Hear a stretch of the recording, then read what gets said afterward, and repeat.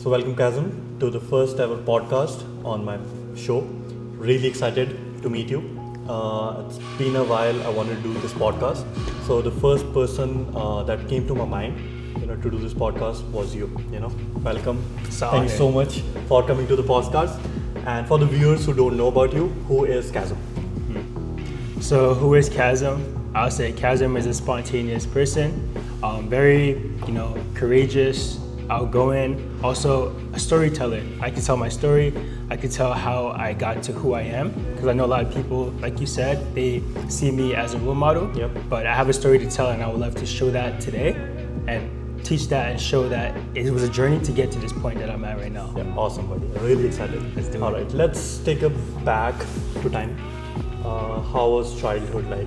How many people are in the family? Who is there, and we'll start with that. So childhood, growing up, I actually have two sisters. Okay. And one brother. Yep. But they actually live back home. So I was actually born in the Caribbean. Okay. Tortola to be exact. So a very small island. Got it. Where is that exactly? So it's in the Caribbean. So the British Okay. Virgin Islands. Got it. Yeah. Makes sense. Yep. That's good. So how was your childhood like?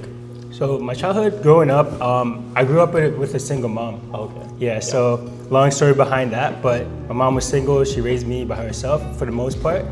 And growing up, actually my mom, she couldn't take care of me most times because she was working her job. So I was living with my cousins and my aunt at the time. So a lot of stuff happened there, which we can dive deeper into that as well. Yep. Growing up in that environment, I did get bullied quite a lot from my cousins because I was like one of the youngest person there. Yep. It's easy to say that you had to be strong. Had in to order be strong. Get out of it. Yeah. Got it. That's amazing, man. So when does calisthenics came into your life? I'll say calisthenics, I started, so when I was 17 years old, Yep. I was in high school and I Okay. initially started with weight training. Yep. So I started with weight training and, I did grew some muscles around that time, but it was like newbie gains. Gotcha. Yep. So then eventually I discovered calisthenics through social media because I seen someone do a handstand push-up for the first time. Yep.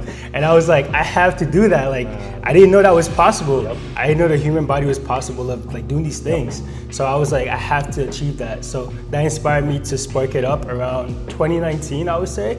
And I started my advanced calisthenics journey, learning how to do handstands, plunge, all these type of different movements. Around 2020, 2021 is when I started to see some progress with it. Yep. That's amazing, man. And what about your music? Tell me, when does music came into your life? What inspired you? So tell me everything about it. I be there the whole night, girl. I'm missing your vibe, girl. I waiting on your phone call. I be there the whole night, girl. I'm missing your vibe, girl. I waiting on your phone call. I be there the whole night, girl. I'm missing your vibe, girl. So music, as far as that's always been a thing I've been doing for since I was a kid actually. Okay. So I had a small little iPod Nano. Oh, I remember that one. I remember that So one. Yeah. I remember my mom, she was, like I said, single mom, so it was hard for her to afford things for me. So when Yep. she got that for me, it meant a lot. So I downloaded a bunch of songs, I listened to a lot of artists like Chris Brown, Drake, all these artists that inspired me to be who I am today. And actually, later on, my mom, she bought me an iPod Touch, Okay. a very Yep, old yep. model, and I downloaded an app to record my voice on it. And during that time, I would just put it into iMovie, Yep. and even though it sounded like crap, it made me Gotcha. show me what I could do. Yep. And I just stuck with it, and now I'm just doing it today. That's amazing, man. That's really wonderful. And by this time, our viewers already know the things you're already doing right now. Music. So of course you write your own lyrics, right? Mm-hmm. And you compose, you edit everything. You're your own singer as well. Yeah. So everything you do is just like one man on this one. Apart from that, you do calisthenics. You're a personal trainer at Good Life Fitness, and I know you do some investing as well. So out of all of that, do you ever feel like burnout or just drop everything and just stop and just leave everything behind? Do you ever feel that? 100%. Yeah. 100%. Actually, I call times when I get burnt out. Think about a stock, right? Yep. There's a certain slope that we all get to.